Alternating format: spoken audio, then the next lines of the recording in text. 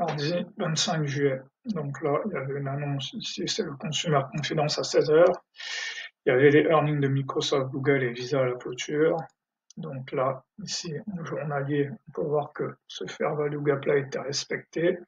Le fair value gap ici, en haut, a été réintégré. Donc là, c'était plutôt un signe de hausse. Là, en H1, on était ici. Voilà, à l'ouverture, on était ici. Donc là, il y a quand même eu un double bottom. Ici, on est plutôt en train d'aller chercher ici. D'ailleurs, je pense que j'aurais dû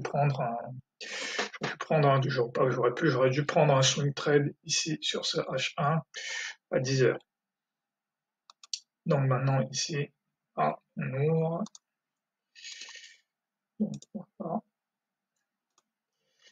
Là, je peux acheter ici directement à cause du contexte. Ici, j'ai eu un rebond sur MIV-HB. Ici, rebond sur MIV-US. Là, je peux acheter directement à la clôture pour au moins un retest de AJP. Là, test de AJP, là, il y a une annonce, donc j'attends. Ça, j'aurais pu acheter ici en partant du principe que l'annonce avait été bien reçue. C'est du bon sens, mais c'est pas un setup clair, mais c'est du bon sens de dire voilà, l'annonce a été bien accueillie, je suis dans un contexte de haut, j'achète. La pause, là, plus qu'une pause, en fait, c'est que je me dis, il y a peut-être un rejet AJP.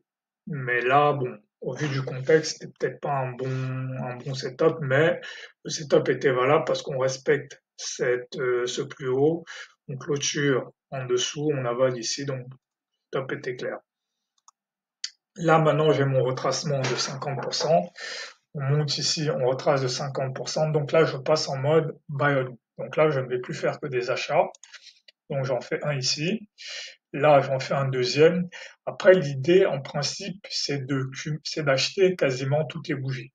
Après, ça, c'est le principe, mais en vrai, psychologiquement, c'est très compliqué à faire.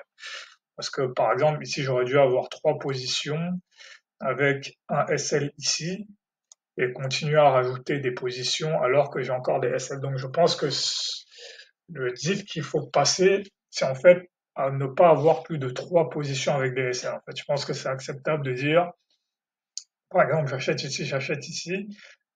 ici, et donc tant que je ne peux pas placer un SL, voilà, tant que je ne peux pas placer un SL, je ne rajoute pas.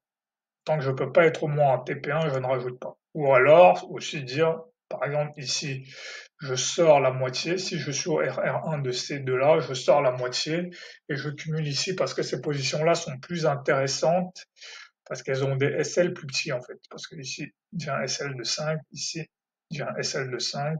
Ouais, quoi que c'est les mêmes SL. Donc voilà, c'est des pistes. Donc pareil, ici, voilà, là, par contre, maintenant, je peux rajouter. Je peux recommencer à rajouter parce que maintenant, mon SL est ici. Donc là, maintenant, je peux reprendre les ajouts. Donc voilà, là, on retrace, là, on retrace. Donc là, c'est le même problème. Donc éventuellement, ici, je peux refaire 1, 2, 3. Je peux rajouter ici 1, 2, 3. Et là, voilà, là, on repart. Et voilà, là, c'est terminé. Donc ces journées-là, en fait, il n'y a pas de grande analyse à faire.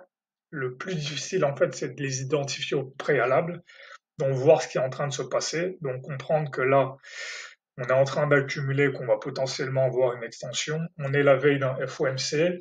En plus, la veille, on peut voir qu'il y a le Dow qui a déjà commencé une hausse, et donc là aussi, il y a un phénomène de rattrapage. Donc voilà, le Dow monte ici, et là, le lendemain, les deux autres rattrapent. Donc en fait, en soi, les bougies, une fois de plus, ça ne vont pas dire grand-chose d'autre.